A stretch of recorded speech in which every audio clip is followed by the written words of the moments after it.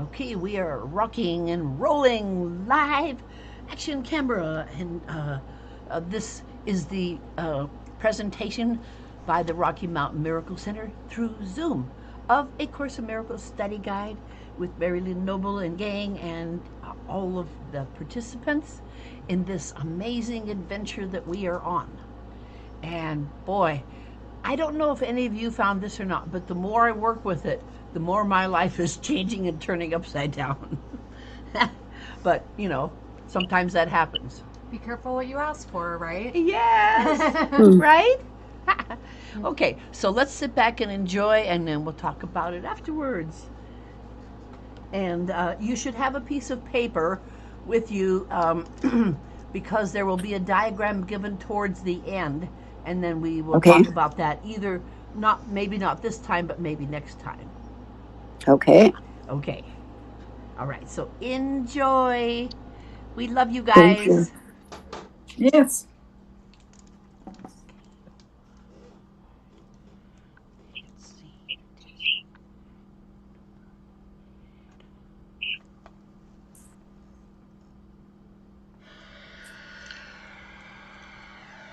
This is Yeshua and Family of Light with the message number 28, part 2.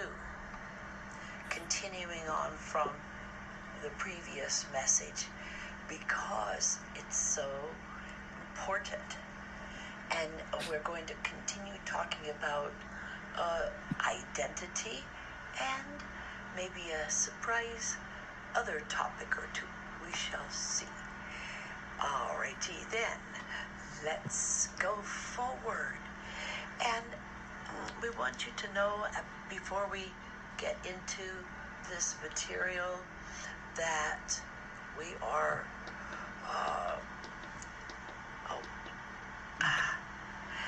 that I am Yeshua and my family of light. We are not who and what you think we are. Speaking of identity, this is a very curious topic, so that's why it's part 2, because it's very important on every single level: physical, mental, spiritual, emotional, and many others beyond that. Indeed, this is important because when I ascended, I became an immortal. And I was transfigured, I was resurrected, and I ascended. And similar processes are happening to some of the light workers, as if and when they are ready for their atonement and or transfiguration, which means that when they come back to their homes on this world, they will be transformed in some amazing, marvelous ways, primarily becoming younger. Just giving you a heads up as to what's in store as you stay tuned to this station, the Joyful Jesus Quantum A Course in Miracles 1-year study program. Wow, that's a mouthful, but that's what it is. That's what it is. Welcome, blessed children of light. We delight in you as you delight in us for similar reasons. Because we are family. We are the family of light. You are in our family. We are united with you. Not that this channeling is that family of light, but you know what I mean. We are like the heads of state. How's that sound? Heads of the eternal state of quantum joy, quantum peace, quantum love, relationships that are healthy, happy, holy, that set boundaries, that treasure their children, that treasure their elders, that treasure everyone. That is a summary of the Course of Miracles in a sense. As we talked about in the above part 1, this is a holy, united family of light. And it is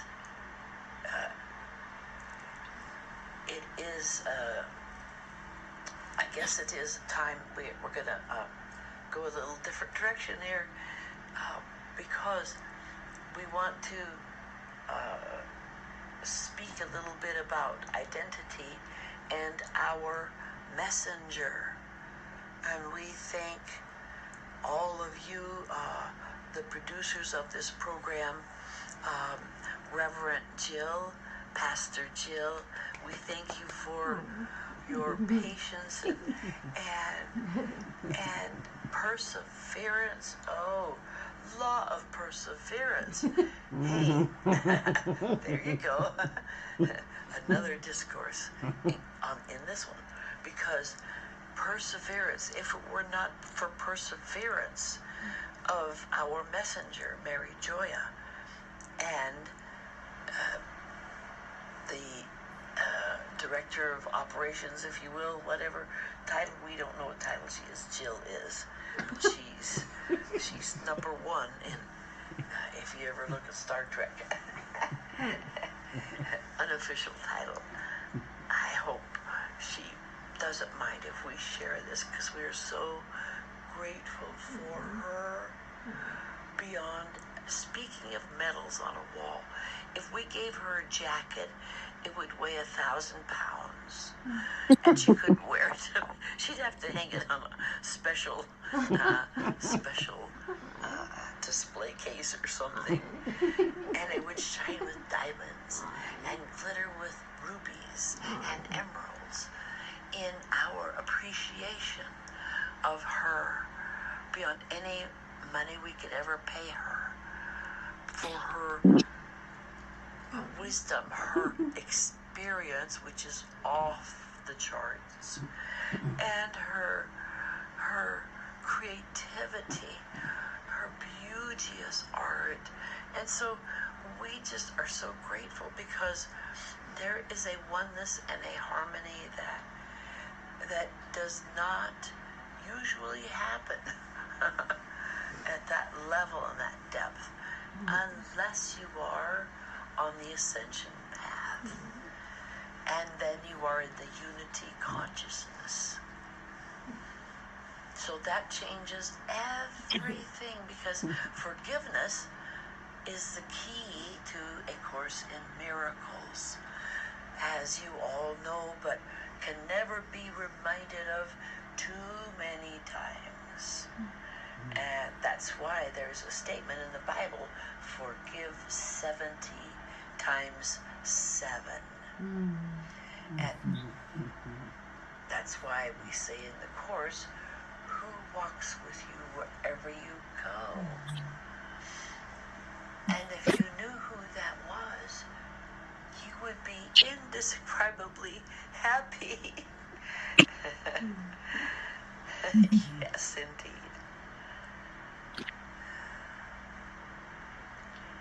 That's the goal here, is the peace of God, the joy of God, the strength of the Goddess, the strength of unity consciousness, the strength of pure love. As Sai Baba, the great great holy master who revered me and I revered him. He ascended from India about 12 or 15 years ago, and Mary Joy used to study with him, and he would appear to her in her living room or wherever there was an adventure to be had or a teaching to be had.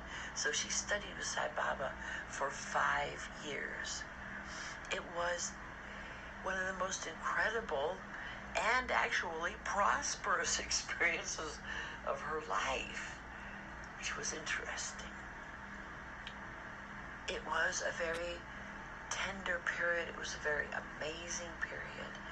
And he used to appear to her like when she became a vegetarian, and he sat and there was a V-shaped table at a banquet, and no one, it was before the vegetarian banquet was served at some event, and so he appeared on one corner of the V, and I was on the other side of the V, and he said, "Mary, Mary, Mary, Sai Baba, very, very, very happy. Sai Baba, very happy, very happy. You are a vegetarian now. Congratulations." And then he left. He disappeared. Anyway, but there are other experiences that lasted a week. It's complicated in non-time. But the point is, Mary Joy is a spiritual and protector, warrioress, and angelic from the Pleiades. And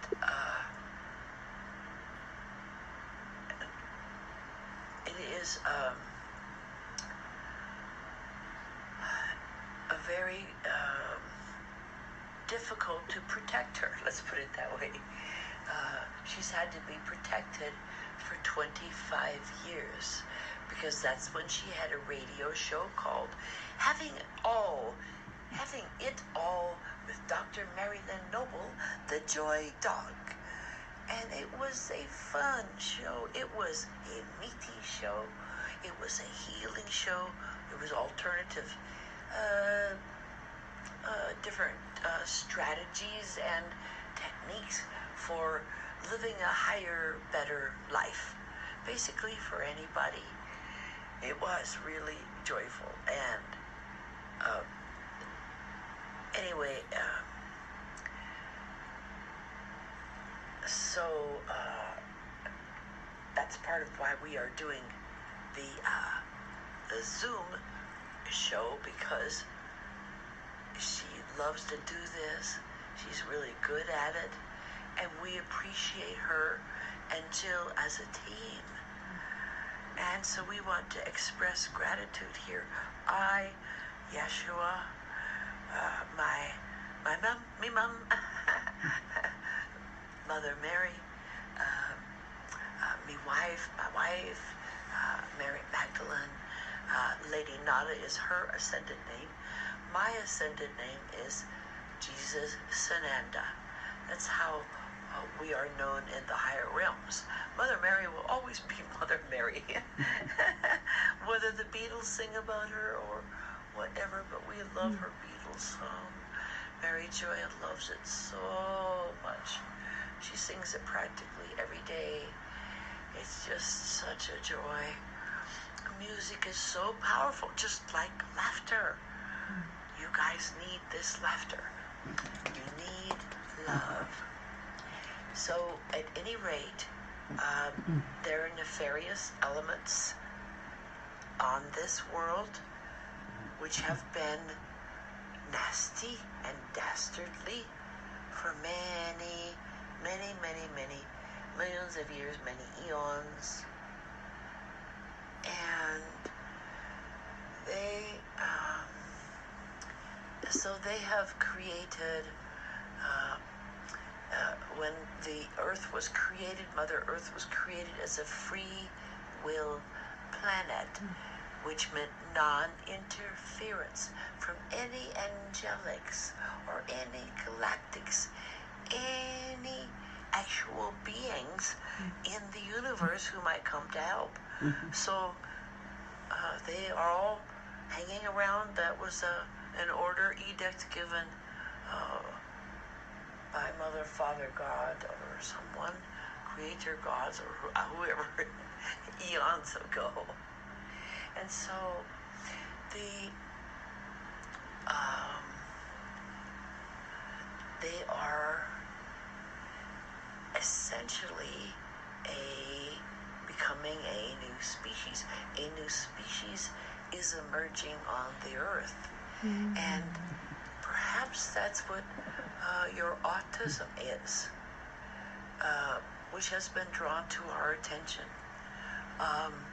in beings close to us, and their families as well. And this is like maybe it's a light worker super challenge or something. But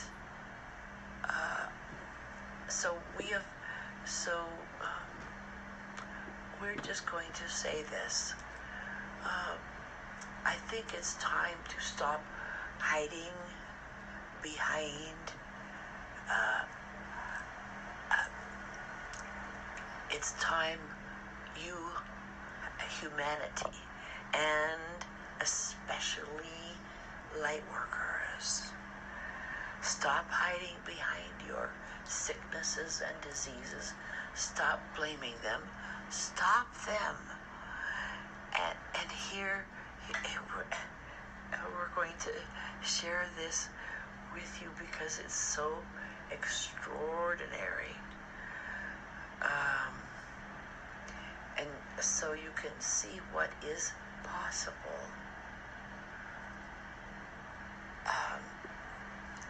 And so as Mary Joy was growing up, her childhood was so painful.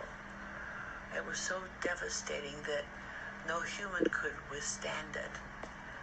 So she, let's see, we can't really tell the whole story right now, but she was rescued by some powerful angels, we could say that. Some powerful angels of God, and taken to a place of safety as an orphan, and grew up living on this haunted house, farmhouse, horror house, a prison, oh dear, shack, 100-year-old homestead shack in northern Montana, up near the Canadian border. And so Mary Joy grew up at a different name. She changed her name many years ago after she had the first of 11 near-death experiences. So the point of this story, not to belabor the point, is that she is now, a few days ago, she was in lifetime number 62. That's how many times we have had to pull her out of service to humanity and regroup her and put her back in the troops again, back down in the lion's den.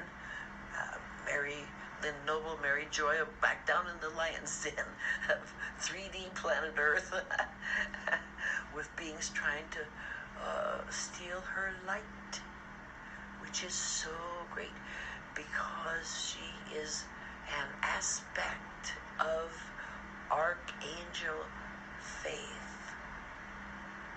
And so she has had to have massive, massive faith. She has been tested like you cannot imagine.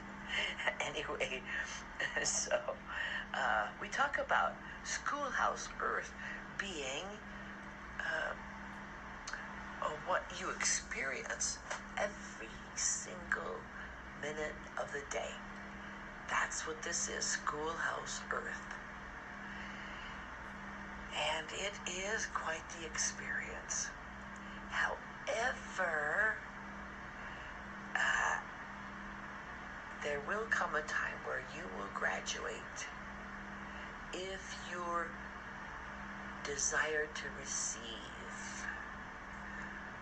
the light of truth, all the light of truth that the Ascended Masters have, including, of course, Mary's favorites, Mary Joya's favorites, and we call her Mary for short, so we're happy if you call her whatever you're guided to call her. Only good, of course, right? You want to get one of her famous A pluses in her class on Tuesday nights at the Rocky Mountain Miracle Center, right? Through the Rocky Mountain Miracle Center, but it's by Zoom. And so we are encouraging of you at this point to open your hearts, minds, and souls to the following diagram. All right, so this is the lesson for today, and perhaps Mary Joy will have it on the Zoom. We'll email it to you or something before the class, or as part of the class materials, perhaps. If the technology can do all of this, which I know it can. And so what we're going to do is we have gotten this cleared from source, but back in the 60s, when Mary Joya was studying to be a psychotherapist and sociologist on the BA degree, BS degree level at Colorado Women's College, which is now gone due to the economy and all that sort of thing. But anyway, what a beauteous place it was. Back then, that she discovered that there was a psychiatrist named, or anyway, a book written by Dr. Eric Berne, Berne, MD, psychiatrist. He wrote a book called Transactional Analysis. I think that was the general concept. And I don't know if any of that material is available or not. But I want you to take on your piece of paper, okay, as you're taking notes, I hope, we hope, that this is somewhat important material that you might want to take notes. But anyway, it's up to you. Let's see. And so, take an 8.5 by 11 page, or whatever size piece of paper you have, blank paper or lined paper, it doesn't even matter. And so you're going to draw a line across 1/3 of the paper, and then go down one more third of the paper. So you're going to have 2 lines. And then, see if that makes sense. So a couple, 3 inches down, a line across, and then a couple more, 3 inches, and then another line. And if they're not perfect, that's okay. You just will get the idea. And then we'll send a diagram. But just for now, to get the concept is what we want to do. Because remember, I am a modern Yeshua. I am in 2023. I know all. I see all. I'm not wearing the robes that I did back 2,000 years ago, except Mary Joya loves to tell this story, so I will tell it for her. So this is a true story. When Helen Schutbahn and Dr. Mary Lynn Noble, aspect of all of this, in her Course in Miracles classes, always tells this story because it just gives you an idea of the joyful Jesus. And so here's the story. One day, Helen was in the middle of receiving the amazing A Course in Miracles. And she was taking dictation in shorthand, her own kind of shorthand, and then Bill Thetford, Dr. Bill would transcribe it and type it up on hand-typed notes in the old-fashioned electric typewriters. Do you guys remember those? Anybody? So, the Course in Miracles, this was around, well, anyway, so going back to this drawing that you have, okay, this little exercise that is extremely potent, and we want to be strong, because there's a part in the Course that has a nice little paragraph that says, I am not weak, but strong. And there's several other affirmations there. You might look it up. It's very powerful. Mary Joy loves to use it at times when things are like looking like illusions, and she wants to know the truth. Let's see. Okay, there's something here. Yeah, I'm not weak. I'm strong. Well, anyway.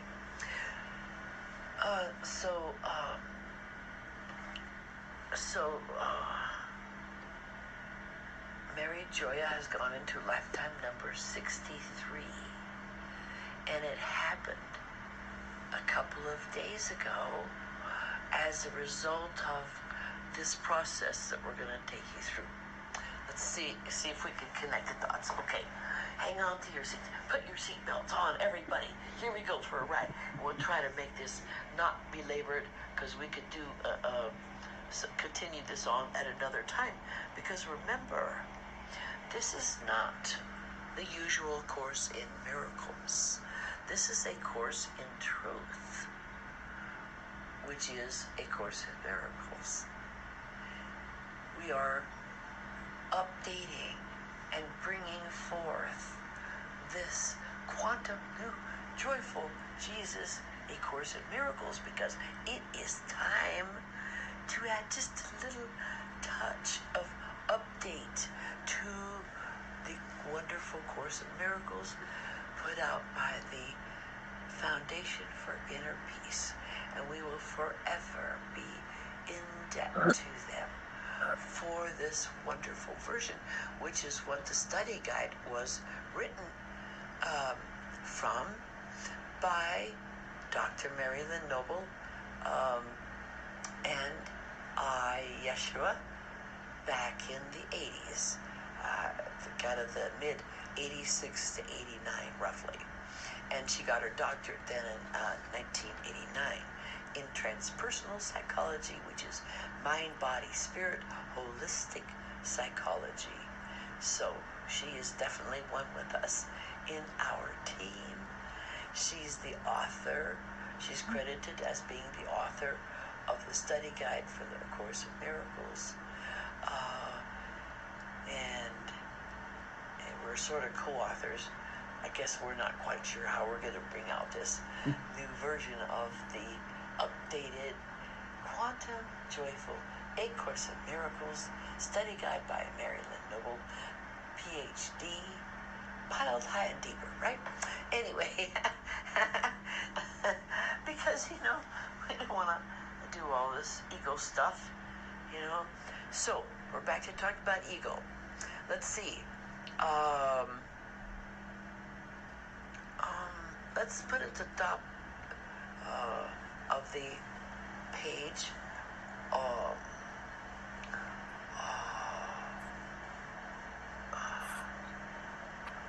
chart of the ego. Let's see if we can do that. Let's see if we can just have some fun with this. Okay, so above the first line, you're going to draw two large circles just up to your writing. So 2 circles in the center of the space there, and on the left. Okay, let's do the drawing first. So 2 circles there, and then in the center, 1 circle in the center, and then at the bottom, and you'll have the email, so what we're just trying to just give you a brief overview of this exercise and this funnercise, we like to call it, because it is extraordinary. So you then at the bottom space, you do 2 more circles, just like the upper circles. All right, let's go label them. Okay, at the top on the left circle is CP, and then on the the right is NP, and then in the center is A. In the bottom, the left circle is WC, and the one on the right is HC.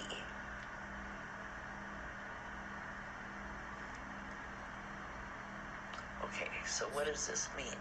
And we need to kind of get this wrapped up, but maybe we'll do a part 3. I don't know. We'll see. Anyway, and we might just send these to you as a bonus. How would that be? Yeah, because we need to keep up with these weekly study guides. So next week would be 29. This is week number 28. Okay, so on the left, CP, and you could, however, if you want to take notes on a separate page, that might be a good idea, however you want to do it, or write it on there. This is just to practice, to get you started. And so CP means critical parent. CP, critical parent. Okay.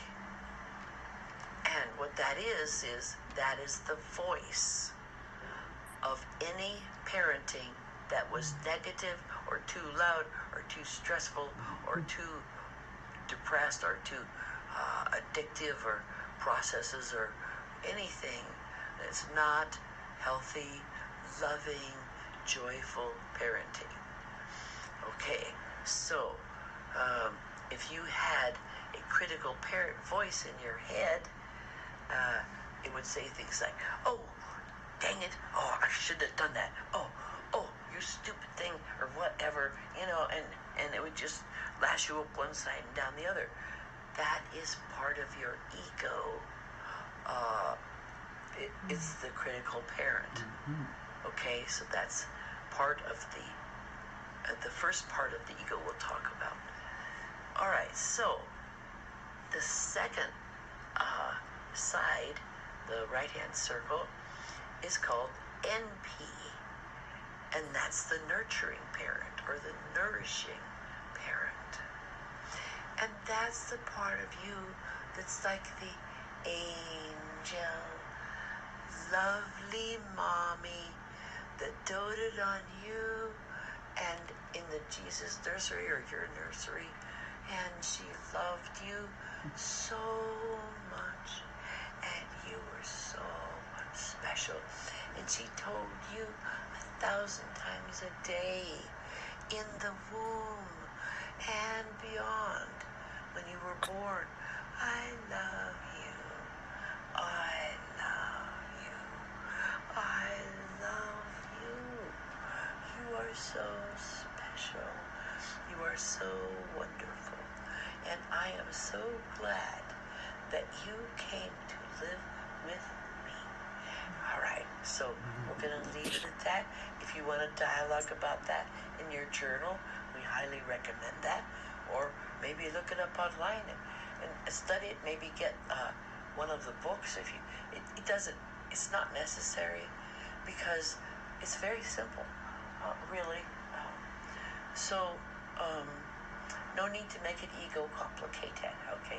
So I'm simplifying it. So in the center then is the adult. And the adult is that part of you that is the observer self. We've talked about this somewhat before, and we'll talk about it more again down the road. But it's a technique that Mary Lynn, part of Mary Joy, learned in her mystery school in California, in Colorado and Hawaii, Walker Mystery School with Dr. Walker. That was so profound. Okay, and the mystics, Gurdjieff and all the many great ones, and Dr. Freud, Sigmund Freud. Dr. Walker studied directly with him for many years in psychiatry training. Okay, let's see. So then in the bottom, on the left is WC. That's the wounded child. That's the part 2, second part of the ego. Okay? So you could perhaps, okay, then let's just go to the right-hand side is the happy child. Okay? That's the pure accepting. You be as this little beautiful innocent child. You cannot enter the kingdom of heaven, which is your atonement. You're at one with source. Your atonement with everyone and everything. And when you reach that state, you will know it inside and out. And so we close. For now, we bid you adieu. We bid you bonsoir. Good night. With great delight to the children of light, who light of this world. Every time you study the Course in Miracles, it lights up a light in heaven. And the angels of God, Goddess Source, Goddess Sophia, all the great Goddess Love, angelic energy, the faith energy, Archangel Faith, Archangel Michael, all the great angels and archangels that are coming down into service now on the earth to help it shift to the new age in some amazing ways, shapes and forms. And so, again, we bid you a sweet evening or afternoon or morning. Whenever you hear this is the right, perfect time, because you are now in non-time. When you hear this message, you can feel the 5D energy. So listen to it over and over if you can in the soundbite form, which is the most powerful. I know Jill and Mary Joya are working to get the technology smoothly going, as the Zoom is pretty smoothly going, and it's wonderful. What a great, glorious time this is.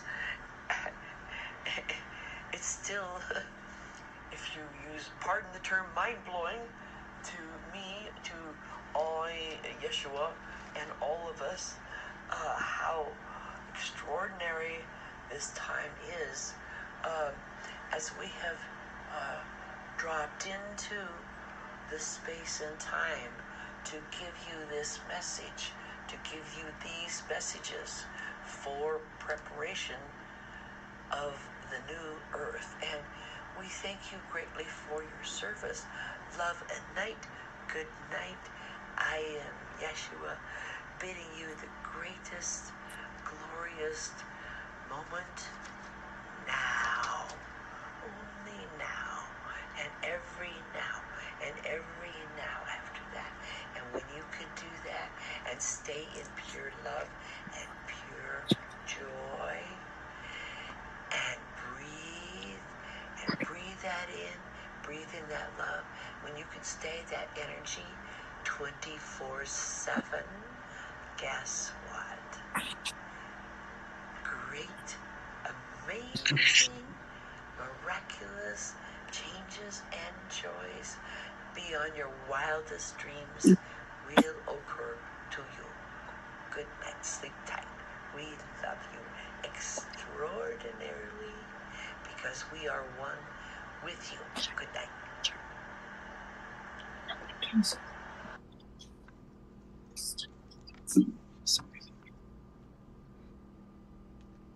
Any comments on that?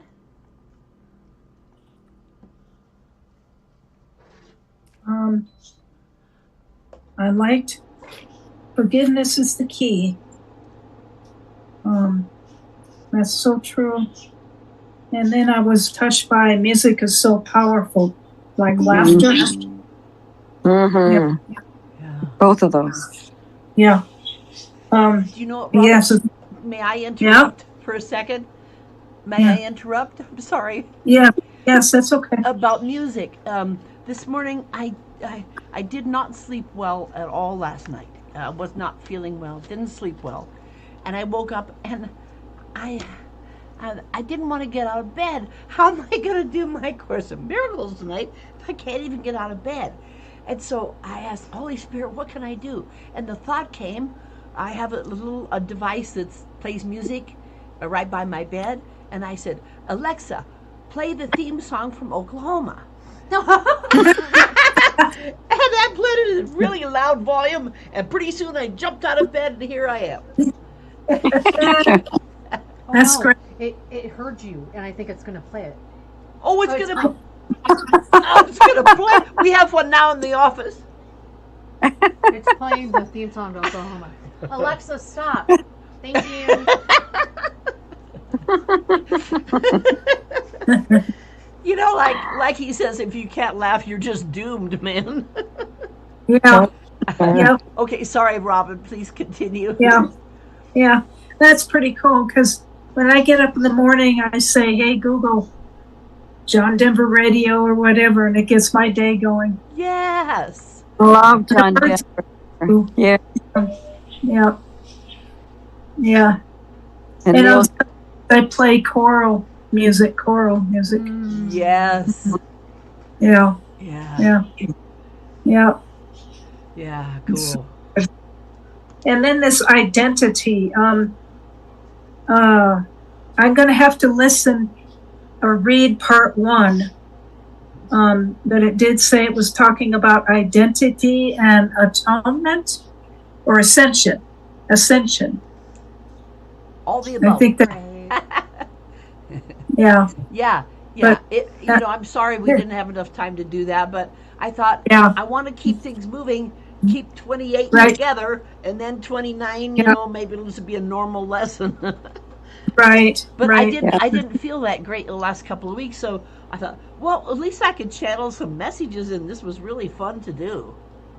Good. Yeah. Good. Ruth, you want to say something? No. So good. Okay, Robin? No, I'm fine. I just want to thank Yeshua for what he said. It was so very kind. And when he was speaking about medals on a jacket and the rubies and diamonds and emeralds. Aww. Remember the Wizard of Oz once they get to Emerald City? And the real wizard, that is the man behind the screen, comes out and he gives all the gifts to he gives the Cowardly Lion is given that robe with all the jewels. or maybe I'm confusing the parts of the movie. I don't know. I'm confusing. I'm thinking of a part where he's saying, if I was a king of the forest, and somehow he ends up with like a big robe around him. I just had an image of that, and just that's probably my all-time favorite movie. And mine too. Such a beauty. That is one movie I can go to time and time again. Me too. Again. And there's no place like home. I was thinking about it. There's no place like home. Exactly. And I was thinking about it earlier today. That's that idea of home, and really tying in with the chart we are creating. The idea of home is, for me, is that heart center. When I think about home, is that nourishing parent. Yeah. Right, and that all that love, and that's Mm-hmm. So yeah, just very, very beautiful, and it certainly with the oneness, the oneness and the unity consciousness. That I think that's what everyone is seeking, whether they know it or not. Yeah. Whether Right. they're on Absolutely. Absolutely. Yeah. whether they're on this path that we are or on their own separate journey, everyone's looking for love. Yeah. Everyone's Yes. looking for love, and when we see egos out in the world, often our egos are responding to their egos, right? Well, another interesting thing I want to bring out here is that I've been having some coaching from some business people and teachers and professor kind of type of people around the Course in Miracles, and what I was shocked to find that some of these great teachers and great beings sometimes have a lot of trouble getting to do their class that day or that night or whatever, because there's what I think what Yeshua is wanting us to call this is that there's an ego matrix that keeps us from our destiny. So like I was starting to feel, well, is my ego really so terrible to create all this chaos in my life? Am I the only one that does this? Is my ego like 1,000 times worse than anybody else's ego? It can't be, because I'm a good person. I give and I give until I bleed, okay? Because that's how I am. That's my mission. And so Yeshua said, it's not you, honey. So this is like in a private, we've been talking about these ideas, and so he said, it's not you, it's a collective ego that's trying to keep the Course in Miracles from getting published as a study guide, from you getting your classes, but computer problems, unbelievable, and etc. and fitting to nauseam. It's not Jill, it's not Mary, it's not anybody. It's a collective force so these other teachers, as I've been masterminding with them, they have to go through all this stuff to get ready for the class and make sure their ego stays out of the way. Isn't that amazing? Yeah. Anyway, I thought that was amazing. So what we want to focus on is, of course, as much nourishing parent as we can, and then that circles around to the happy. It creates the happy child. And you don't ever have to get out of that loop. You don't ever have to be depressed. You don't have to die. You don't have to be angry. It's so something miraculous happened to me, and I'm still piecing it together. But basically, I had so much wounded child stuff that the higher spiritual guidance came and took it out of me, and I was reborn as a higher being. Wow. Yeah. And so, but I have inherited some physical issues. So thank you for any prayers about this physical body and catching up with the new whatever experience.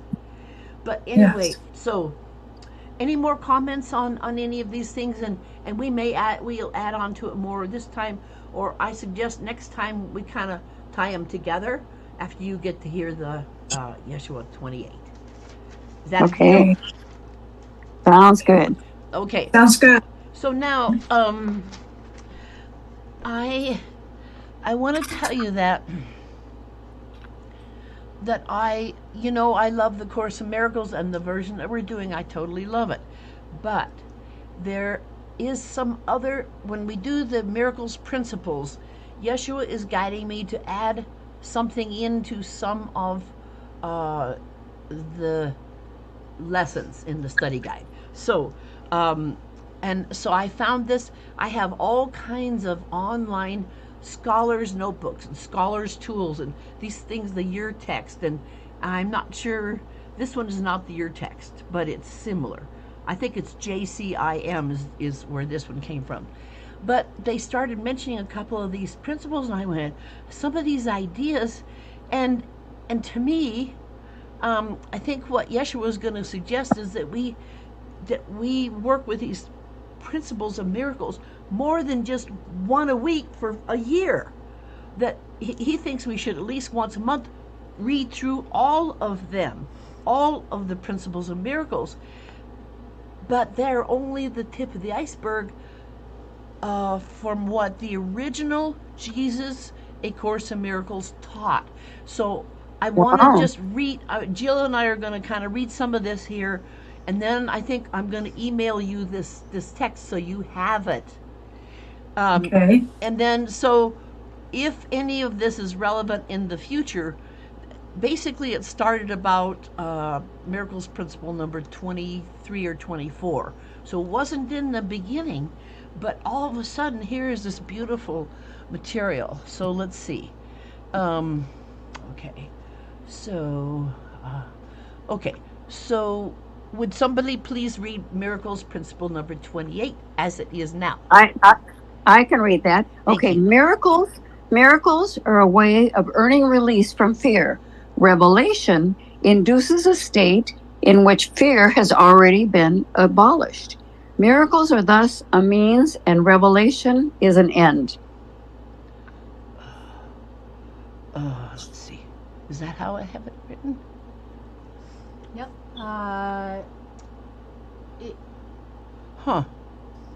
Is this? Why am I confused? Okay. Sure. Okay, let's Well, see. also, Ruth, are you looking from the which edition do you have, dear? Do you have the? It's 2005 by New Christian Church of Full Endeavor. Okay, so they might have this worded different, but like where you have the abolished at the end. That's interesting. Is it? Okay, Yeah. so Robin, what do you have? Robin, will Robin, you please you. read? You want me to read 28? Yes. Miracles are a way of earning release from fear. Revelation induces a state in which fear has already been abolished. Okay, so then that. Miracles are thus the means of revelation as an end.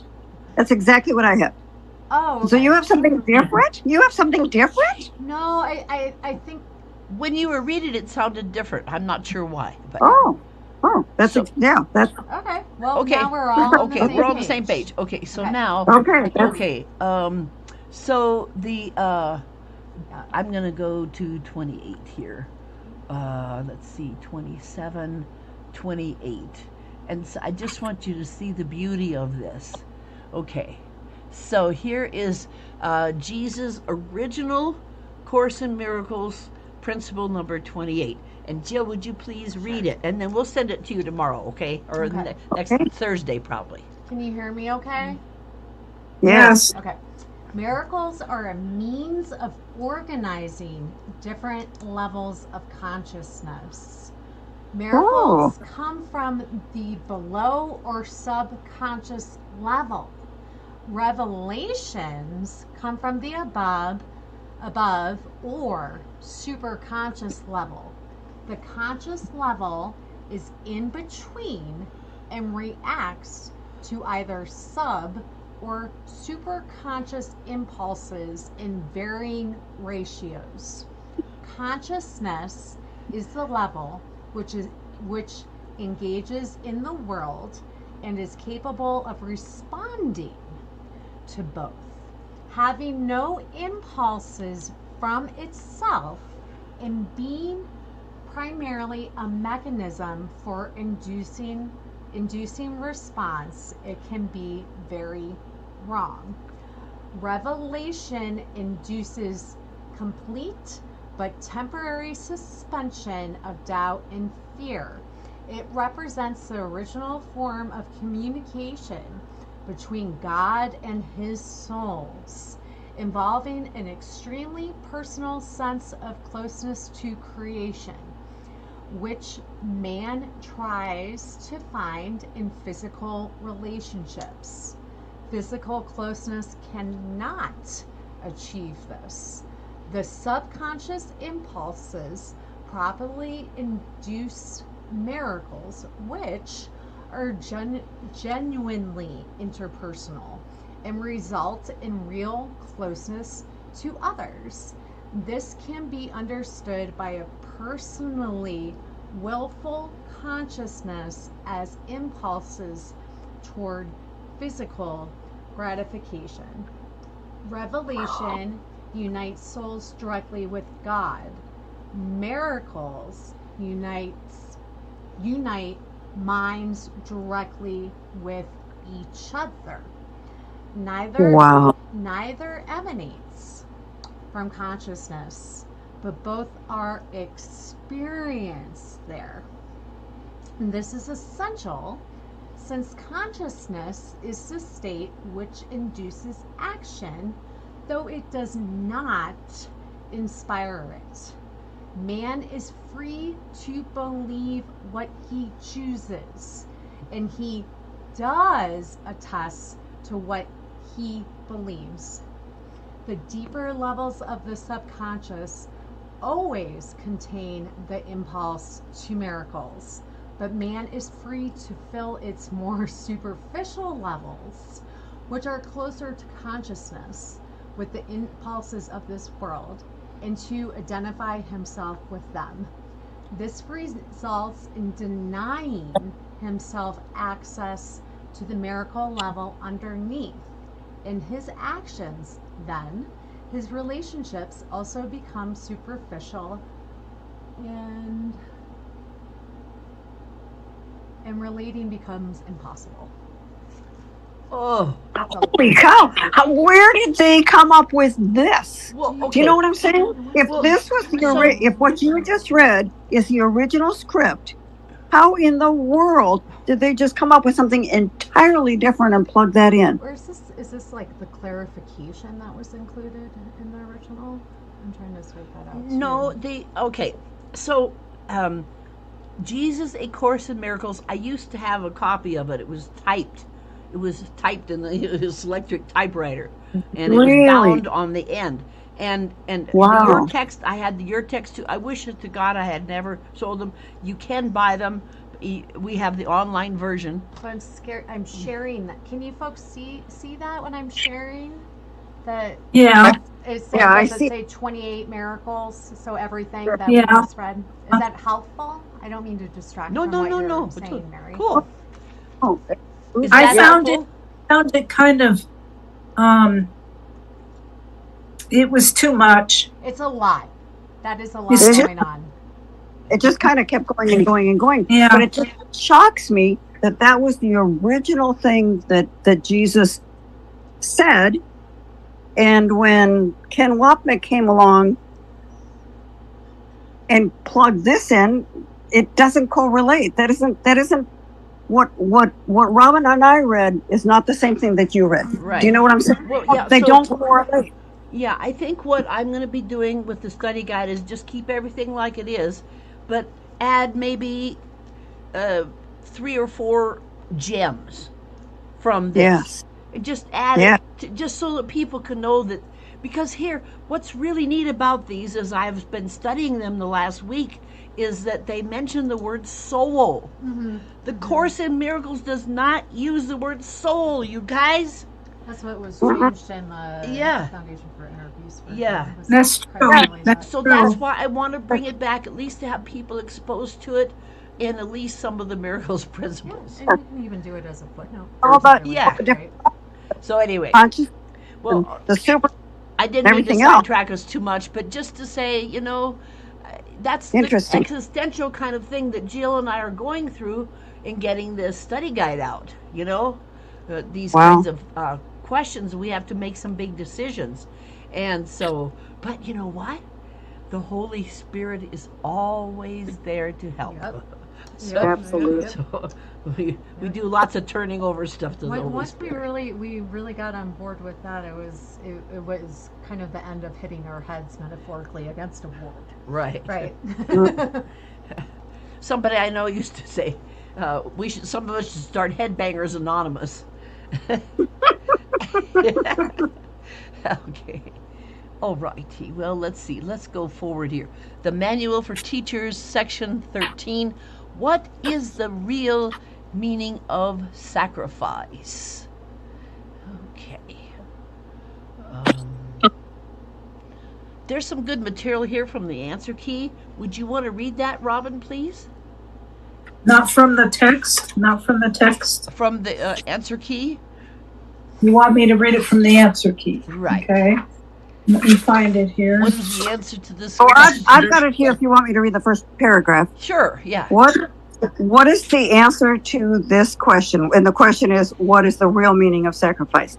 The real meaning of sacrifice is the giving up of ego illusions. Everything your ego has told you brings pleasure. This is because ultimately, in the end, it is a double-edged sword that may sometimes evoke pleasure, but actually, in truth, brings pain. Every decision either brings you closer to the ego or to God. The choice for atonement will bring you the ultimate freedom, joy, and peace beyond any concept of those principles that the ego will ever have. Hallelujah. Yeah. Okay. Rob, do you want to read the second paragraph? Oh, let's see. Oh, this is, you can read this. Talks about my love affair with food. Anyway, okay. So let's go to the direct text. What is the real meaning of sacrifice? And, okay, you want me to read paragraph 2 or 1 or what? Yeah, there's just 3. Let's just read all of them, please, if you could. It's okay. Short. What is the real meaning of sacrifice? Paragraph 1. Although in truth the term sacrifice is altogether meaningless, it does have meaning in the world. Like all things in the world, its meaning is temporary and will ultimately fade into nothingness from which it came, when there is no more use for it.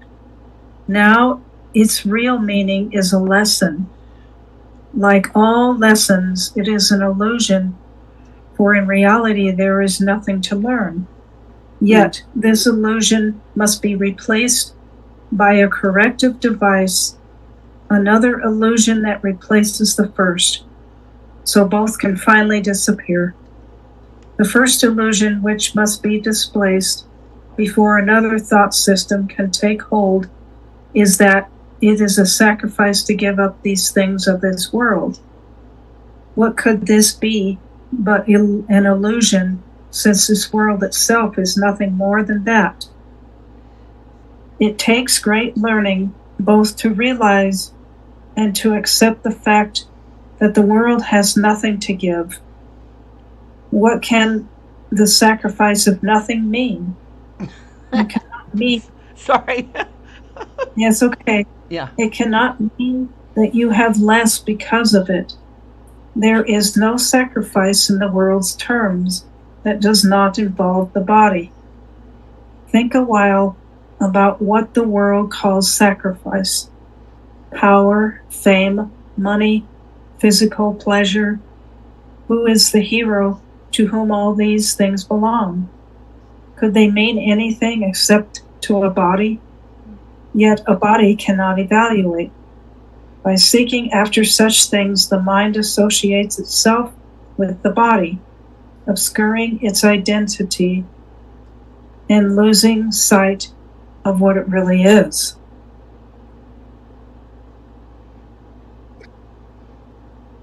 Okay, Ruth, how about paragraph 3?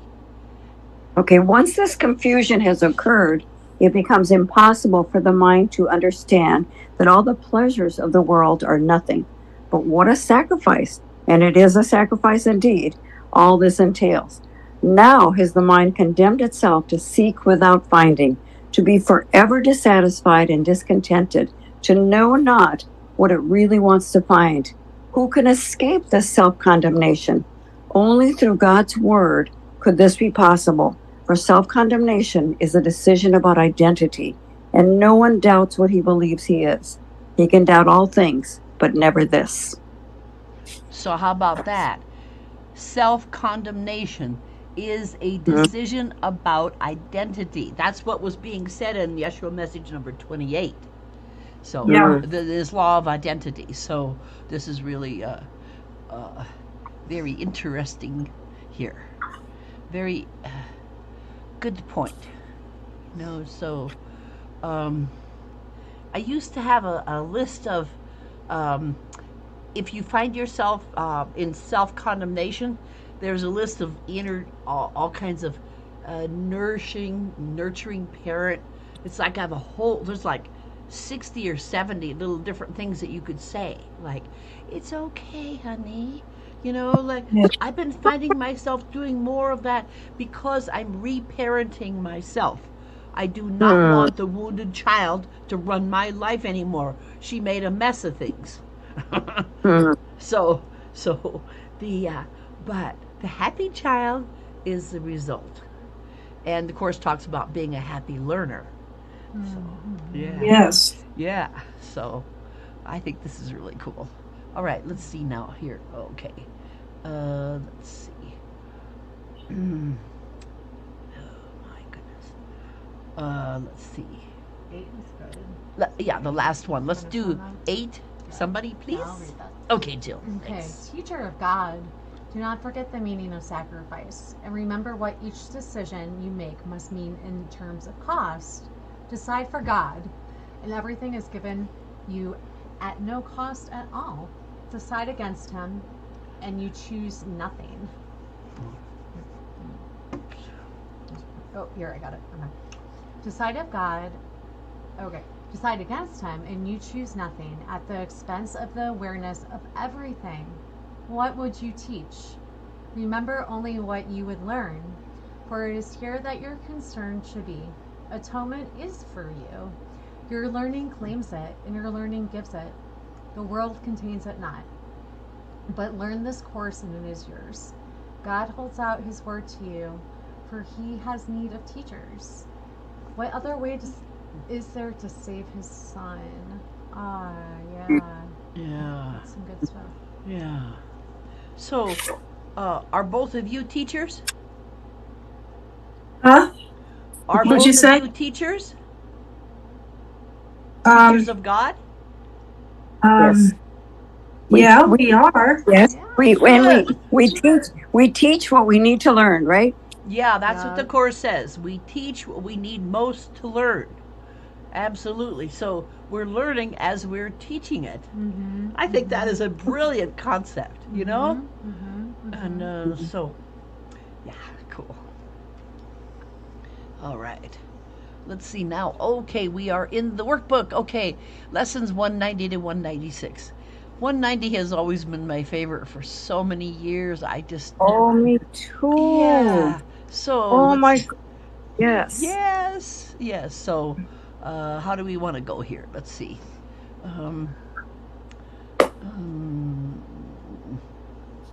Well, I guess we could just read through the lesson.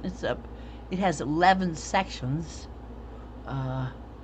Let's just do like every other paragraph. Okay. They're short. All right. 190. I choose the joy of God instead of pain. So do you want me to skip one or start with one? Start with one, yeah, please. Thanks. Okay. Pain is a wrong perspective. When it is experienced in any form, it is a proof of self-deception. It is not a fact at all. There is no form it takes that will not disappear if seen aright. For pain proclaims God cruel. How could it be real in any form?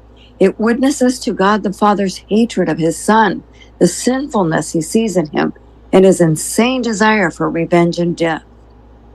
Pain is a sign illusions reign in place of truth. It demonstrates God is denied, confused with fear, perceived as mad, and seen as traitor to Himself. If God is real, there is no pain. If pain is real, there is no God. For vengeance, that's so good. I have that underlined. Oh, yes, indeed. Thank you. For vengeance is not part of love. And fear, denying love, and using pain to prove that God is dead, has shown that death is victor over life. The body is the Son of God, corruptible in death, as mortal as the Father He has slain. Oh, man, the ego's gnarly, isn't it? Ooh, Okay. How about paragraph 5, somebody? Okay. It is your thoughts alone that cause you pain. This is very powerful here. Yeah. Yes, ma'am. Yeah, that's Yeah. one of the. You can get that. That's it. I don't know about you guys, but I really need this week. Yeah. Yeah. Yes. Go ahead. Thank you.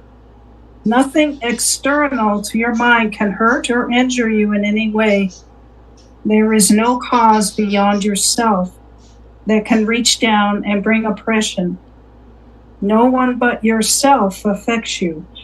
There is nothing in the world that has the power to make you ill or sad or weak or frail. But it is you who have the power to dominate all things, to see by merely recognizing what you are. As you perceive the harmlessness in them, they will accept your holy will as theirs. And what was seen as fearful now becomes a source of innocence and holiness. Wow. Yeah. So the picture of Jesus holding the lamb. Yes. That's the epitome of that's this paragraph here, because our ego has beaten us up bloody, and we have lost our innocence, and now through this material we are able to regain the perception of our perfect, beautiful innocence. I think that is so cool. Yes. That is so beautiful. Yes. Amen. Yeah. Yes. Hallelujah. Yeah. Yeah. Yeah. Yes. Oh, you know what? It's time to take a little break here. We have something. I have something new I want to teach everybody. Do you ever have trouble? So we're going to stand up and take a little movement break. Do you ever have trouble waking up in the morning, and especially if you don't drink coffee? So the Buddhists. This is one from Buddhism that I came across in the last week or so. Okay, so you're sitting in bed and you don't want to wake up. So what you do is, this may sound cruel, but it really works. It's kind of fun, and just be gentle, okay? So you slap yourself 10 times. Let's see, what is it? Awake, awake, awake, awake, awake, awake, awake, awake, awake, awake. 10 times. Wake. And or wake up, and then do the other side. Wake up, wake up, wake up, wake up, wake up, wake up, wake up, wake up, wake up, wake up. Wake up. It sounds really weird, but it actually works for me. Okay, all right, now let's do never give up. Never give up. Never give up. Surrender. Never give up. Never give up. Never surrender. Never surrender. Never give up. Never give up. Never surrender. Never surrender. Jill, you want to pick one?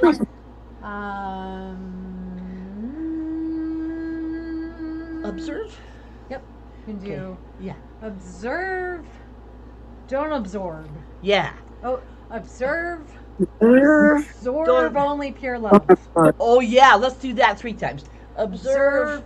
Absorb only pure love. Yay. Yep. Observe. Observe. Absorb only pure love. Ooh, I want to do this one.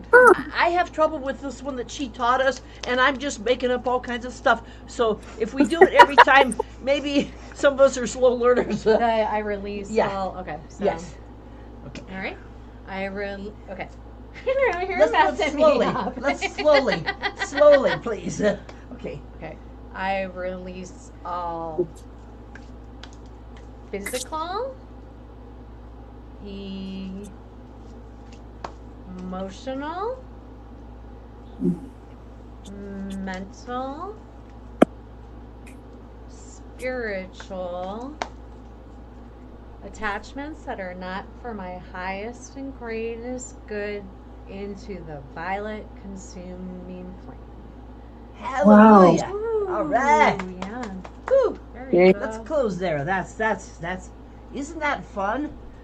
Yeah. Because you're doing a lot of things with that last exercise. Anytime that you can invite yourself, your body, to cross you're doing like you're crossing Crossing your the midline. body, then you're Mhm. creating new neural pathways in the brain. Ooh. Yeah. Good. Yes. Anytime that you can, and just a quick another one, if you start to feel that you're in a state of fight, flight, or freeze, there's an exercise where you can, it's called bilateral. Anytime you can create a bilateral connection like that, or cross-sectional, you can do, this is called it's called like a butterfly hug.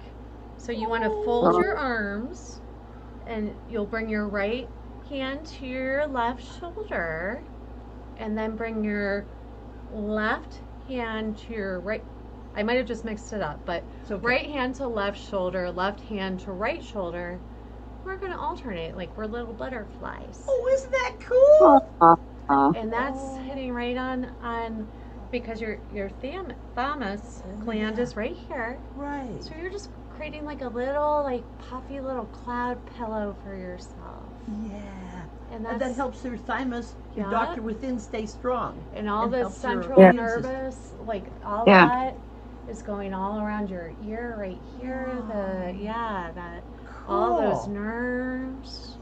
And that's your immune system. Yep, yeah, your vagus nerve starts from that where your skull meets the neck and that area right there, and then comes down, it goes around your ears, all the way down, and then into our gut. And that nerve is called the great wanderer because it goes all the way down. But anything we can do to simulate it in a kind and gentle way. Wow. And that's why I love this exercise. Yeah. I will do this when I'm waiting in line at the store, and if I have my cart, Yeah. because I don't care. Like, people see me chilling out, maybe they'll chill out a little bit too, right? And it's just I love this, like laying in bed, Yeah. doing that. Like, you can just feel Yeah. your breathing is getting re-regulated. Uh-huh. You know, we never let anyone take away your own power. We all have that healing touch in our hands. And we can ask Yeshua to come in through our hands and help comfort us. Oh, that's like, so good. You need 3 Oh, hugs a day to stay healthy and give Yes, yourself okay. a hug. There's You- one. you- Okay, sending- put your hands away. Yep. There's 2. Yep. Put your hands away. There's 3. Yeah. Yay! Yay. We There have you our love go. quota for today. Well, that was a lot of good. We're getting Yeah. a lot of goodness in today. Good. Yeah. Well, Mhm. you know, it's easy when you're doing spiritual stuff or any kind of, spiritual stuff to get what's called spiritual gluttony. So it's good to have physical breaks, you know, and do Yeah. these little Yeah. things and stuff. Anyway. Mhm. Yeah. Thank you, And if you Jill. sit too long, Yeah. yeah. And if you sit too long, yeah, you should always stand up. Yeah, exactly. Yeah. Okay, let's see. Where were we here? We went through. Okay, we got most of that. 7, 8. Long. How about 11? Paragraph 11, please. Okay, that we're still on 190, yeah. the joy of God instead of pain. Right, thank you.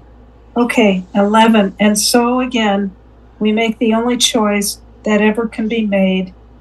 We choose between illusions and the truth, or pain and joy, or hell and heaven. Let our gratitude unto our teacher fill our hearts, as we are free to choose our joy instead of pain, our holiness instead of, in place of sin, the place of God instead of conflict, and the light of heaven for the darkness of the world. Oh. That sounds like a prayer, doesn't it, kind of?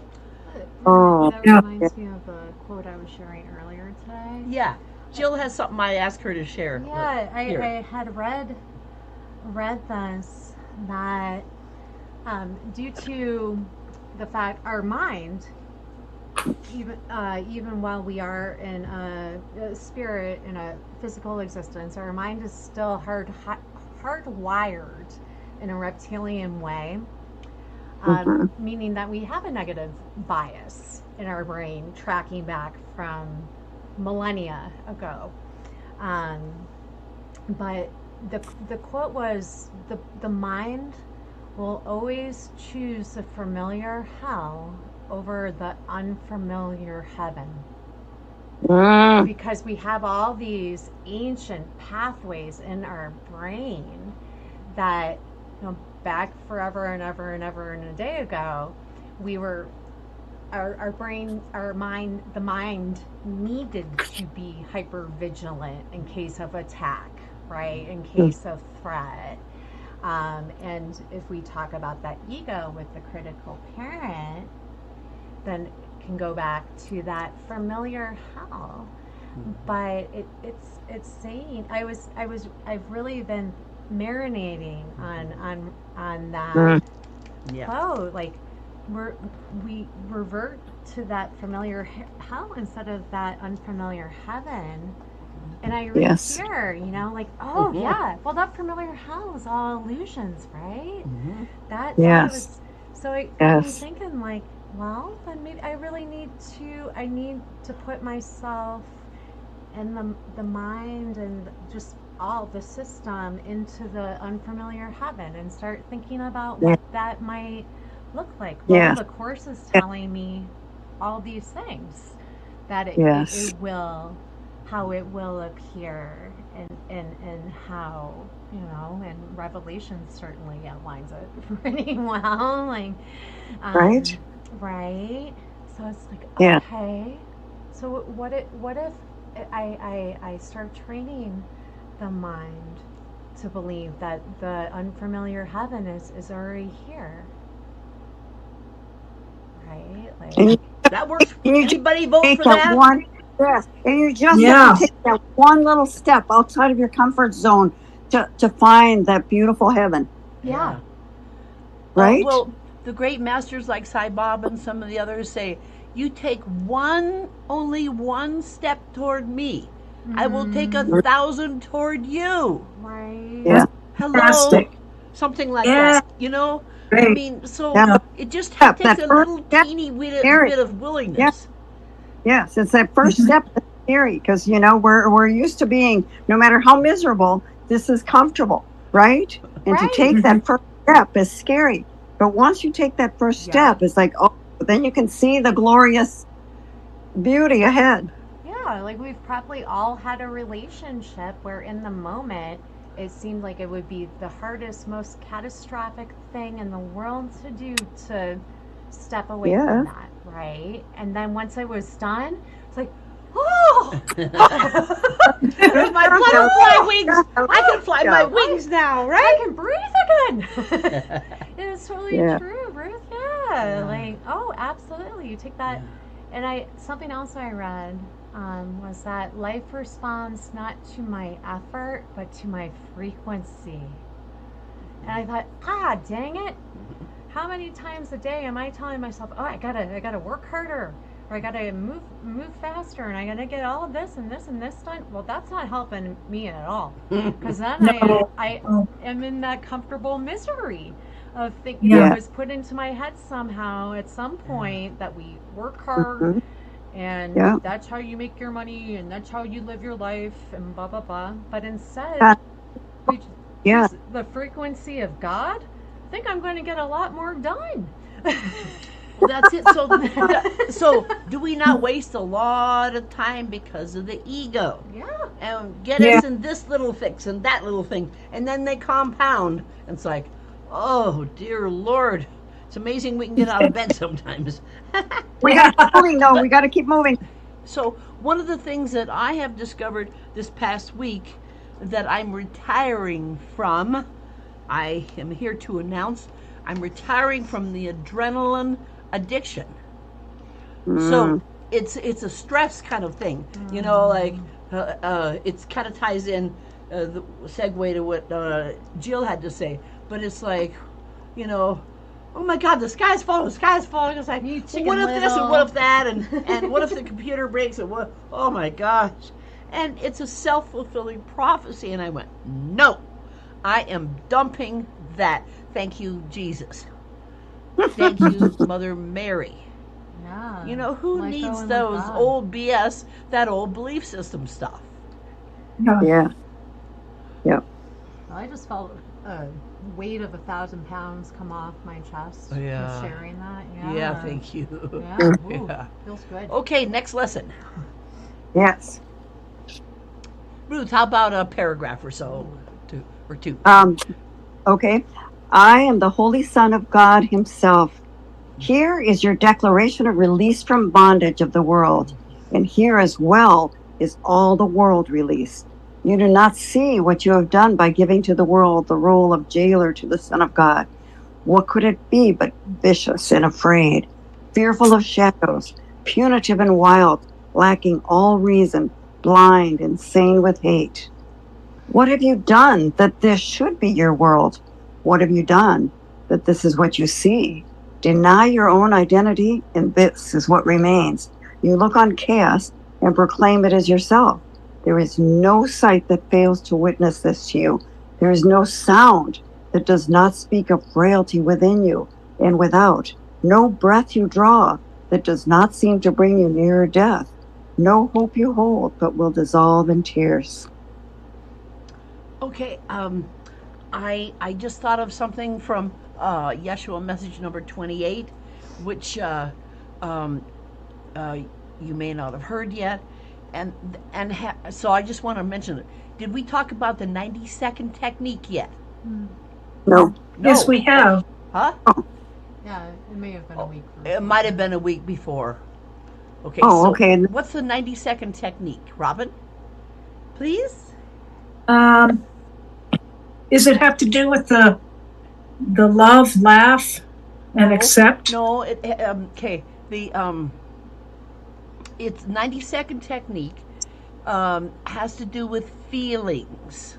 Okay. So let's say you have a feeling of anger, like you catch a bit of news on the TV when you don't watch news usually, and it was some terrible thing, and you got all enraged, like, oh, blah, blah, blah, blah, blah, blah, blah, you know, and you got all in a tizzy. Okay. If you have that emotion for 90 seconds, it will end if you do not tell a story associate with it. If you tell a story with it, it will stay with you forever, and you'll have that with you forever until you ascend. Does that make any sense? So, if you get into that negative thing and just keep ramming it over, it gets stronger. Yes. And it will So the torment you, and it will ego drive you mad. So the 90-second rule is to drop it? Yes. Drop that emotion. Or drop it. You can breathe. Or you could. To give You could. an Yeah. example to You alternative. gotta do a pattern interrupt. Some kind of, like you say. So it takes 90 seconds to break out of it? Yeah. Yeah, rather than say like, okay, I'm going to sit here and bemoan and bewail and Like, oh my tell God. myself, say how because I didn't get this. We'll think like little kids. Yeah. This new video game. Yeah. And now my life is over, and none of the kids at school want to come over because I don't have this new video game. I'm putting it something far away so we can be more of the observer with it. We could sit, and if we were being the parent in that situation, we could say, okay, we're going to take 90 seconds and we're going to reset ourselves. We're going to breathe, and we're going to say our inhales are going to be nice and deep, but our exhales are going to be even Deeper, longer exhales. So you're sitting with that emotion, but you're not adding a story and an illusion into it. Okay. Because if you keep on telling, you could add so many details about how not getting, or that child could add so many details to that. You know how little kids are. Yeah. They love telling stories, right? Yeah. But we're saying we can do that to ourselves or in our child. But rather than add all the details about how that really is going to be the end of the world and just they're that 6-year-old, 7-year-old child is going to graduate with no friends because of this video game, Yeah. right? And carry that all the way through school. Well, when I was 7 years old, my mom wouldn't buy me that video game. So, but Doesn't instead, that sound like the ego? yeah, and so the nurturing parent can come in and say, you know what? This moment with the two of us sitting here breathing together is more important than any video game could ever be. This And so connection, we come yeah. back to love. There you go. We come back to love. Yeah. Come back home to love. Yeah, because those stories Yeah. of loving ourselves, right? Like and to the self-condemnation too, stories that we tell ourselves. Yeah, but 90 seconds. Okay. 90 seconds is and we if Can we change don't- your life. Yeah. Yeah. Okay. Say, oh, we don't have time for that. Yeah, we definitely have 90 seconds in exchange for a lifetime of misery. Yeah. So how about paragraph Right. 11? Then we'll go on to the next one. Okay, paragraph 11. Yeah. Okay. They must await your own release. They stay in chains till you are free. They cannot see the mercy of the world until you find it yourself.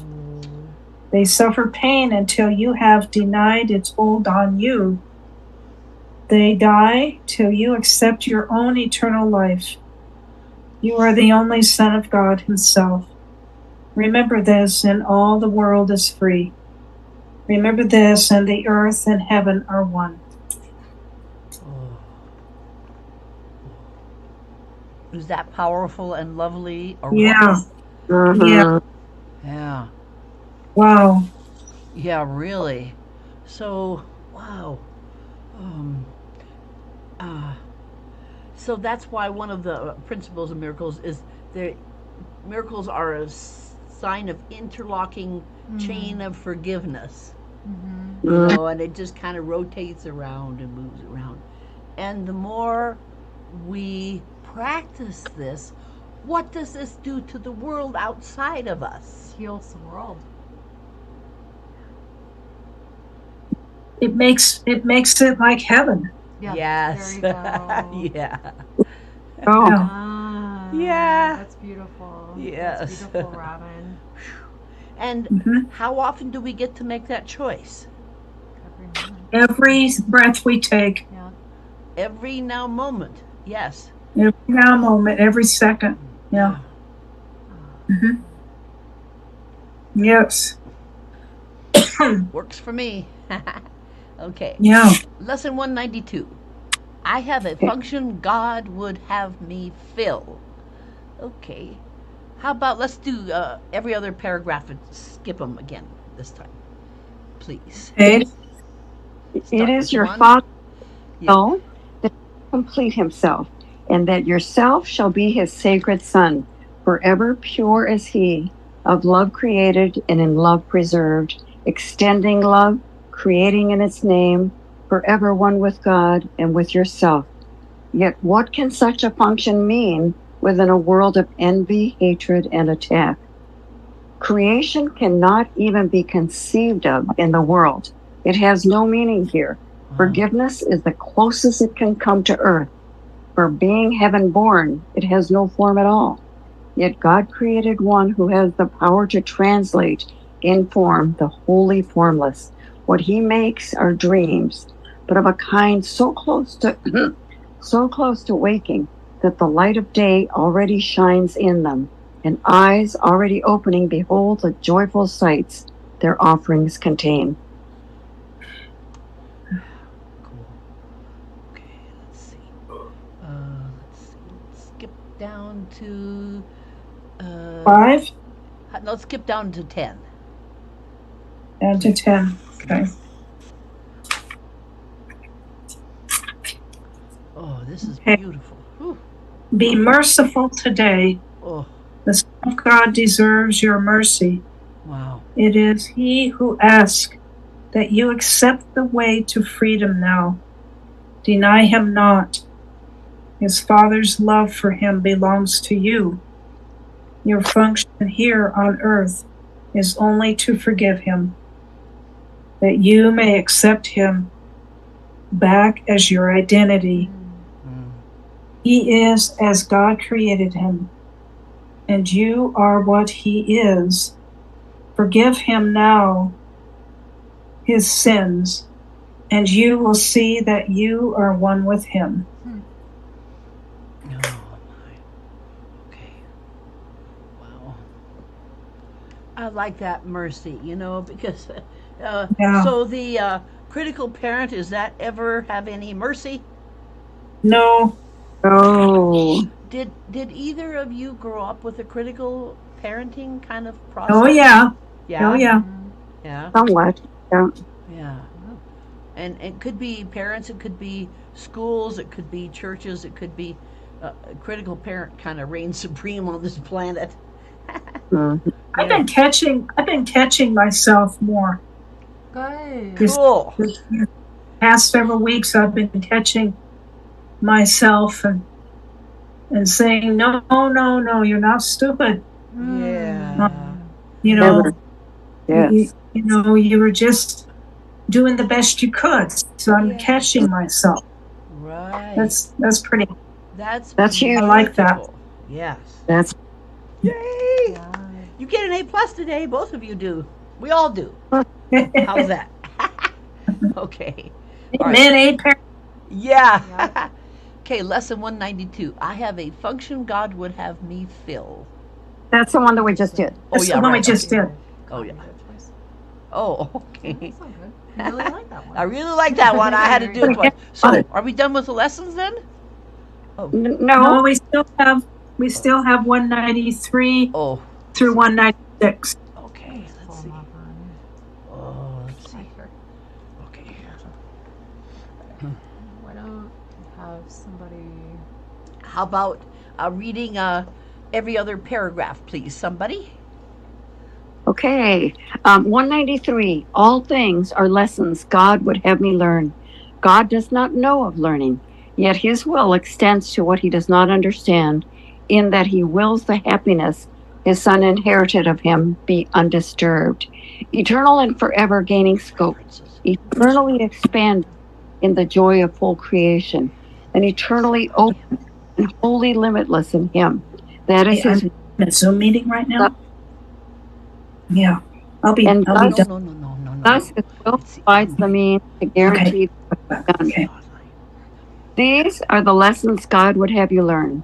His will reflects them all, and they reflect his loving kindness to the Son he loves. Each lesson has a central thought, the same in all of them. The form alone is changed with different circumstances and events, with different characters and different themes, apparent but not real. They are the same in fundamental contact. It is this: forgive, and you will see this differently. Woo! Yeah. Yep. Yep. I really liked this lesson. I really liked it. Yeah. Uh, Yeah.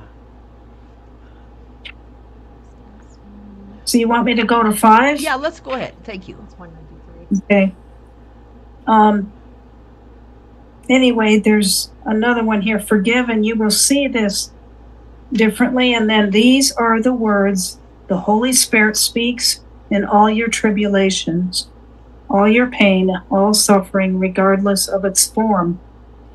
These are the words with which temptation ends, and guilt, abandoned, is revered no more. These are the words which end the dream of sin and rid the mind of fear. These are the words by which salvation comes to all the world. Okay, great. Let's go How to the can- last one. Go ahead. You have a comment? No, I was going to read 7, Oh, let's. but you go to the end? Yeah, because we still want to do some Okay. of the text, please. So, Okay, let's You want see. to How go about 13? 13? No, 15. Is there a 15? I just see 13. 13. Yes. Okay, this is the lesson God would have you learn. There is a way to look on everything that lets it be to you another step to him and to salvation of the world. To all that speaks of terror, answer thus, I will forgive, and this will disappear. To every apprehension, care, and every form of suffering, repeat these self-named words, and then you hold the key that opens heaven's gate, brings the love of God, the Father, down to earth, at last to raise it up to heaven. God will take this final step himself. Do not deny the little steps he asks you take to him. Wow. Yeah. Pretty cool, huh? Yeah. Yeah. Wow.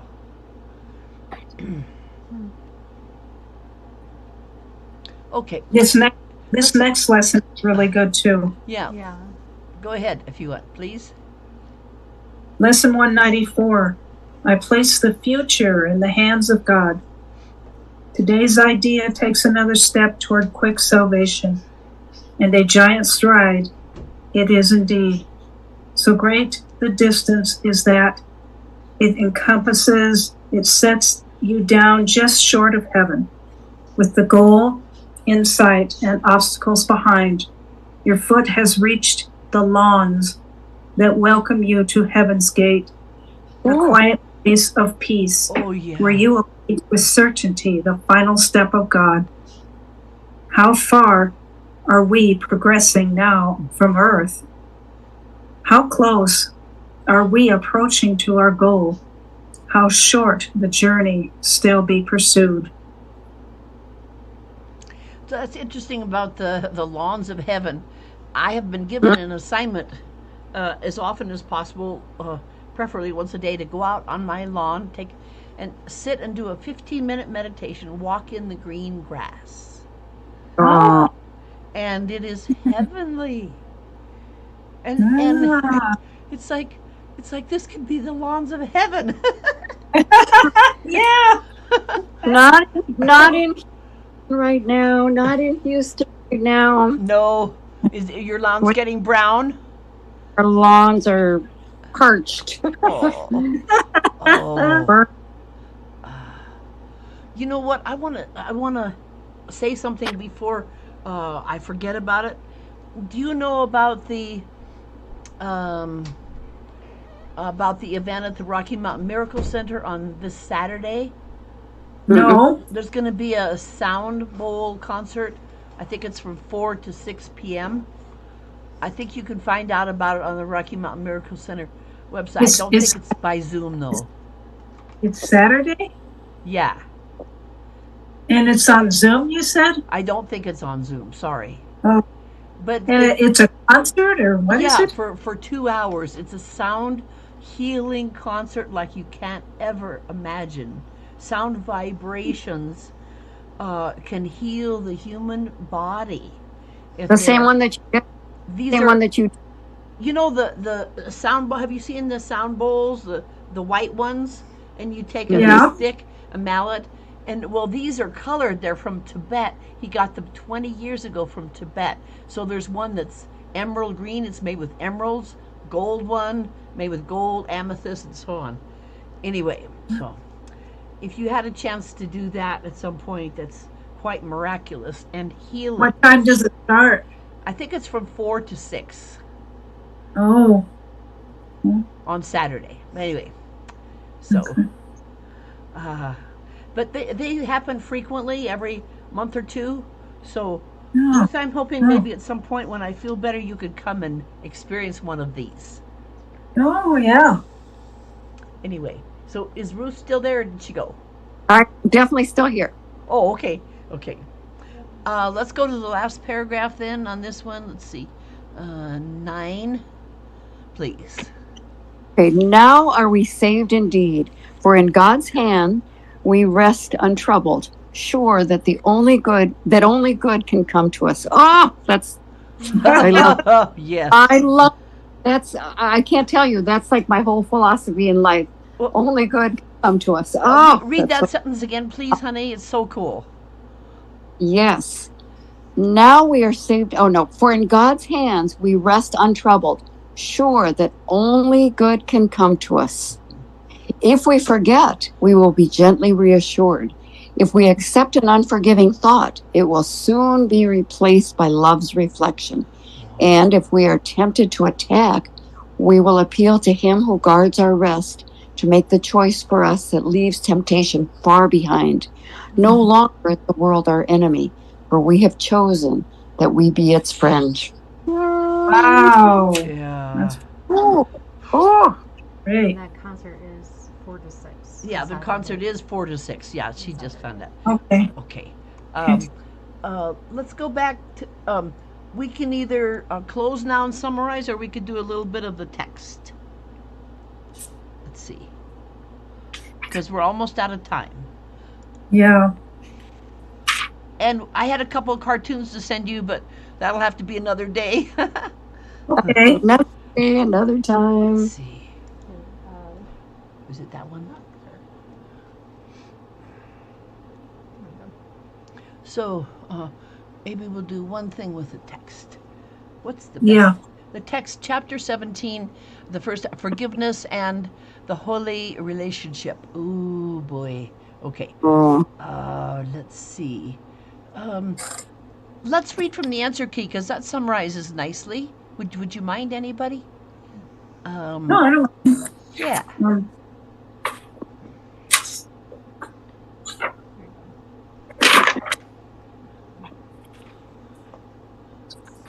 okay. So, section 1, bringing fantasy to truth. What is the point of this section? It is not possible to have faith in two totally different masters, God and the ego. There will be no order of difficulty in miracles as long as there is trust in the Holy Spirit, the one true master, versus the fantasy or illusion in the false master, the ego. Yeah. Oh, well, that was short. Okay. Well, let's go to section 2. Let's just read through these, because then we'll get to cover it and quickly Yeah. but powerfully. Okay. Yeah. Okay. Next one. Ruth, you want to read the next one? Section 2. The forgotten world. Okay, the forgotten world. What kind of accomplishment is it? And what will happen when you take the little step across the little bridge into the real world? This step across the bridge to heaven, the smallest ever taken, is still the greatest accomplishment of all in God's plan of atonement. What will happen when you enter the real world is that the great transformer of perception will review the reasons with you that you chose the unreal world. With complete forgiveness, you will see a whole new world of exquisite beauty. You shall relish in every morsel of magnificence given to heaven by your Creator, and you will wonder that it took you so long to reach this whole new, wondrous, true perception. Whoa. Yeah. Oh, I'll drink to that. Okay. All right. Let's see. What does forgiveness do? Forgiveness completely transcends the old ego world of misperception. This is done by the great transformer of perception. Oh, wow.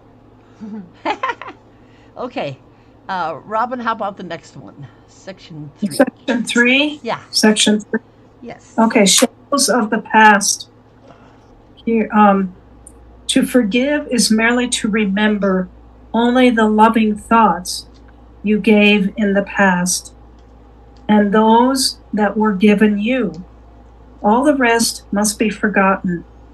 The Holy Spirit wants only to make his resolution complete and perfect, and so seeks and finds the source of problems where it is, and there undoes it.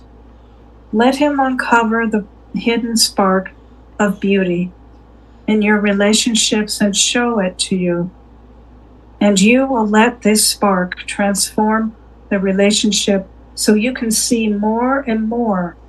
All this you will do gladly.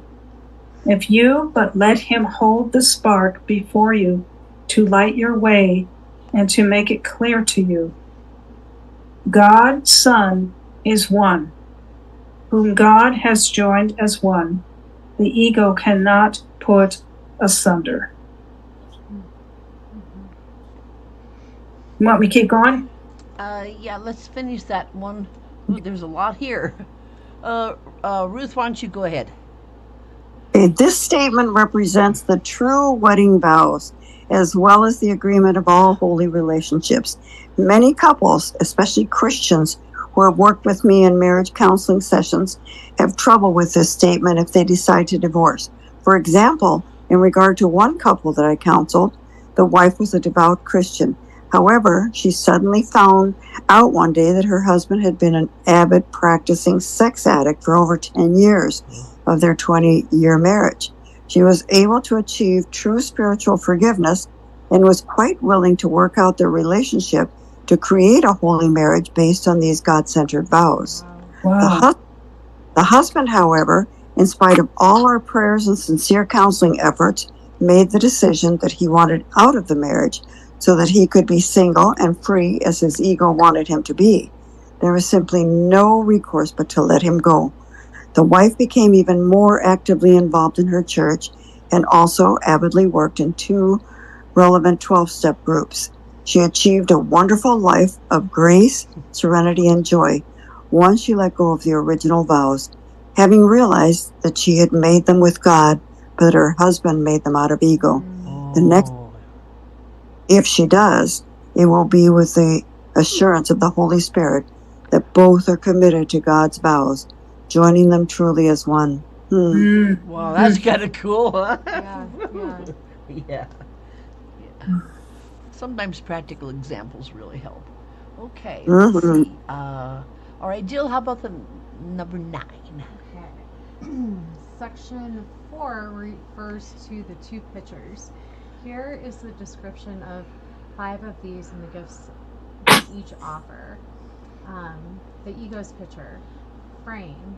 Very elaborate, all set with jewels and deeply carved and polished. God's picture. A miniature of heaven / eternity. Picture of timelessness set in a frame of time. B, the ego's picture, special relationship, imposing and deceptive frame, which is heavy and ornate. B, God's picture, lightly framed and hung in light, lovely to look upon for what it is. C, frame of the ego has woven it into many fanciful and fragmented illusions of love. The glitter of blood shines like rubies, and the tears are faceted like diamonds and gleam in the dim light. In God's mind, framed for perfect clarity. That sounds better. Yeah. Okay.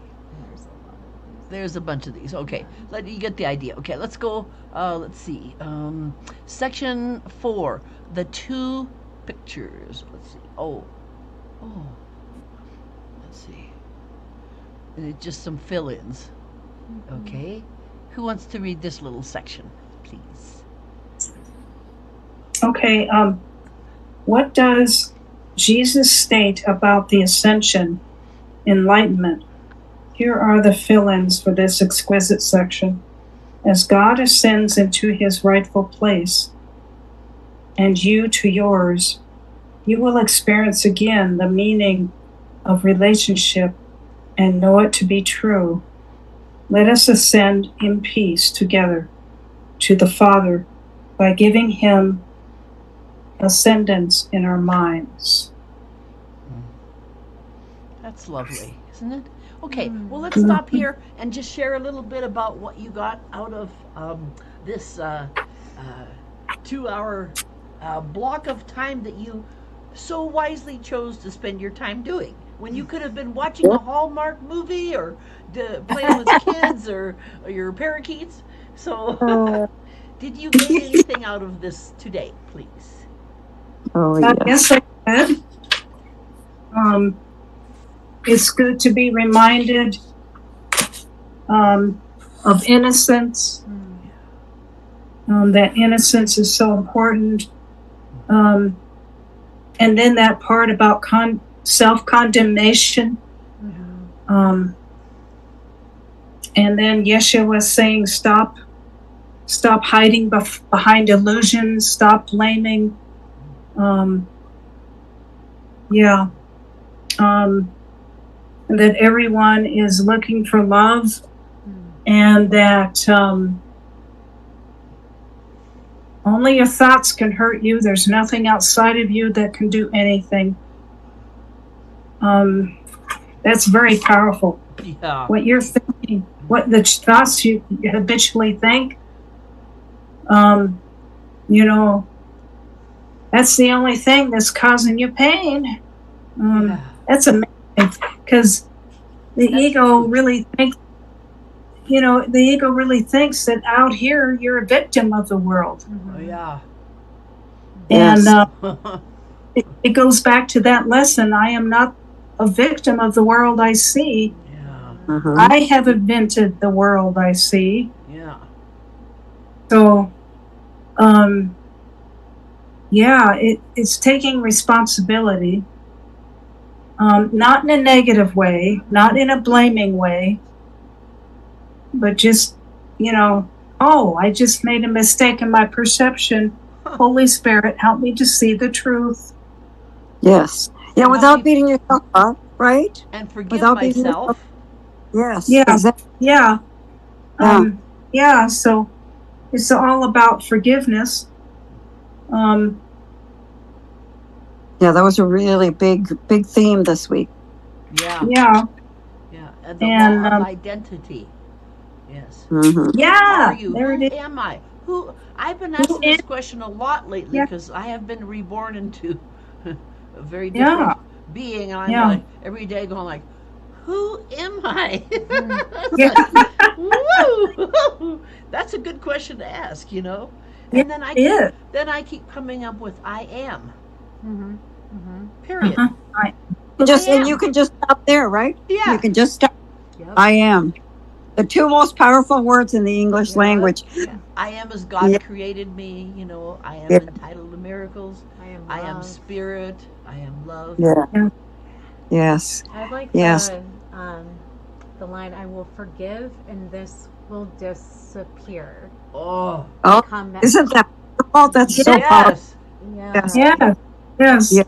And that another key piece of forgiveness, to remember only the loving thoughts you gave in the past and those given to you. Given to you. Yes. That was such a different perspective, wasn't it? Yes. Right. Yes. Yes. Yes. Those gave to you. Yes. Our ego will replay the same scene over and over. That one conversation I had 25 years ago, and this person said this. This is that's right. Remember those kind words that people said. Yes. Those are the ones that we should hold on to. So can I just say the thing that stands out most in my mind, and you kind of started that, Robin, with your taking that step out of your comfort zone.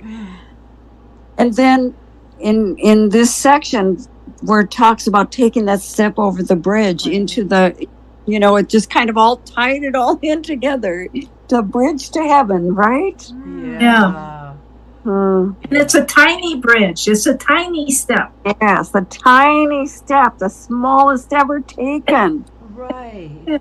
Oh. Yeah. Which contradicts everything that in the old paradigm of church religion is you gotta pray, you gotta be on your knees every work second. so hard. Sacrifice. Yes. Yep, you're born into sin, and